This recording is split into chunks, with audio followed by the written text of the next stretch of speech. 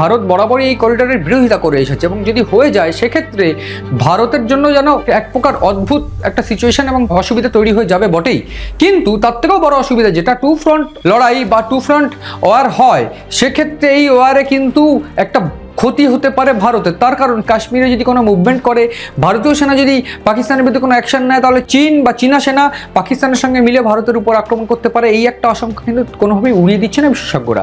এইখানে যে বিষয়টা অত্যন্ত গুরুত্বপূর্ণ, ভারতের সঙ্গে এই মুহূর্তে দাঁড়িয়ে চীনের যে যোগাযোগটা সেটা কিন্তু একটুখানি হলেও ভালো হয়েছে। কিন্তু তার মধ্যেও যদি চীনা সেনা এখানে উপস্থিত হয় বা পাকিস্তানে অংশ নেয় বা পাকিস্তানের এই সামরিক ক্ষেত্রে যদি তারা সেনা মোতায়েন করে বালুচিস্তানে, অন্তত আমরা সবাই জানি বালুচিস্তানের সঙ্গে জাফর এক্সপ্রেস থেকে শুরু করে রীতিমতো বিভিন্ন ক্ষেত্রে পাকিস্তানে ঘাঁটি উড়িয়ে দেওয়া। মীর বালুচিস্তানি চিঠিতে লিখছেন যে 79 বছর ধরে আমরা পরাধীন রয়েছি, আমরা স্বাধীন হতে চাই, এই একটা বিষয় কিন্তু তারা লিখছেন।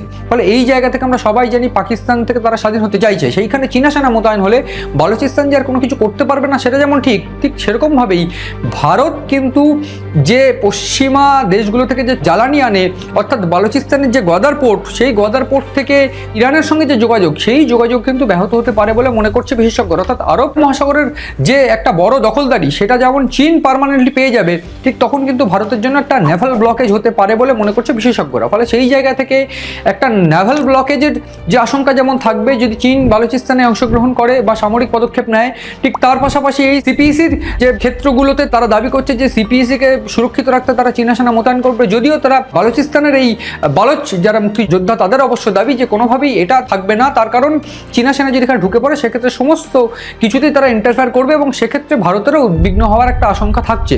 ফলে এই জায়গা থেকে এই যে জায়গাটা এই মুহূর্তে অত্যন্ত উদ্বেগজনক যে নাভাল ব্লকেজ, সেইটা কিন্তু ভারতের জন্য একটা আশঙ্কার কারণ হয়ে দাঁড়াতে পারে। যদিও এক্ষেত্রে ভারত কিন্তু পরিষ্কার করে জানিয়ে দিচ্ছে যে আমরা এর আগেও দেখেছি সংসদে নিয়ে আলোচনা হয়েছে, কোনোভাবেই এই সিপিসির পক্ষে নয়, এবং তাছাড়াও এই পাক অধিকৃত কাশ্মীর ভারতের বলে তারা দাবি করে এসেছে। ফলে এই যে স্ট্র্যাটেজিক্যাল যে চাল, যে পাক অধিকৃত কাশ্মীর যদি ভারতের হয়ে যায়, যদি ফিরে আসে, পুনরুদ্ধার হয়, সেক্ষেত্রে এই সিপিইসির ক্ষেত্রে কিন্তু একটা ব্লকেজ আসবে চীনের জন্য। সেক্ষেত্রে তারা ভারত দাবি করতে পারবে যে এই সিপিইসি হবে কি হবে না, সেক্ষেত্রে ভারতের সঙ্গে তাদের কথা বলতে হবে। তার কারণ এই পাক অধিকৃত কাশ্মীরের উপর দিয়ে একটা বড় অংশ রাস্তা কিন্তু এই সিপিইসি তৈরি হচ্ছে, অর্থাৎ ইকোনমিক করিডোরে তৈরি হচ্ছে। ফলে সব মিলিয়ে বালুচিস্তান এই বিষয়টাও তারা বলছেন যে পাকিস্তানকে তোমরা শেষ করে দাও, উড়িয়ে দাও পাকিস্তানকে, আমরা তোমাদের সঙ্গে আছি। ফলে বালুচিস্তান একদিক থেকে আশঙ্কার কথা বলছে, অন্যদিক থেকে এটাও বলছে যে ভারত যেন পাকিস্তানে মুভমেন্ট করে, পাকিস্তানকে শিক্ষা দিয়ে দেয়, উচিত শিক্ষা একেবারে শেষ করে দেয় যেন পাকিস্তানকে, এবং তারা এটাও বলছে যে বালুচিস্তান অবশ্যই ভারতের সঙ্গে থাকবে। এই যে বিষয়টা সেটা অত্যন্ত স্ট্র্যাটেজিক্যাল ওয়েতে গুরুত্বপূর্ণ, কারণ যদি কোনোভাবে বালুচিস্তান ভারতের সঙ্গে থাকে সেক্ষেত্রে ভারত যদি কোনো অ্যাকশন বা মুভমেন্ট করে এই দিকটা অন্তত, সেক্ষেত্রে বিপদে পড়তে পারে পাকিস্তান।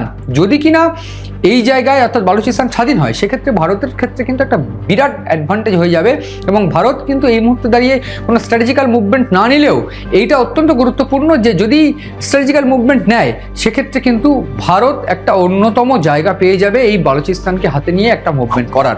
এবং সব মিলিয়ে এই বালুচিস্তান এবং ভারত তাদের সম্পর্ক এবং সেক্ষেত্রে চীনা সেনা মোতায়েন নিয়ে যে আশঙ্কার কথা ইতিমধ্যে তারা উল্লেখ করছে, সেটা যদি হয় সেক্ষেত্রে কি পরিস্থিতি দাঁড়াবে এবং ভারতের স্ট্র্যাটেজিক্যাল চাল কি হবে সেদিকটা তাকিয়ে রয়েছে আমরা। তাকিয়ে থাকুন আপনারাও।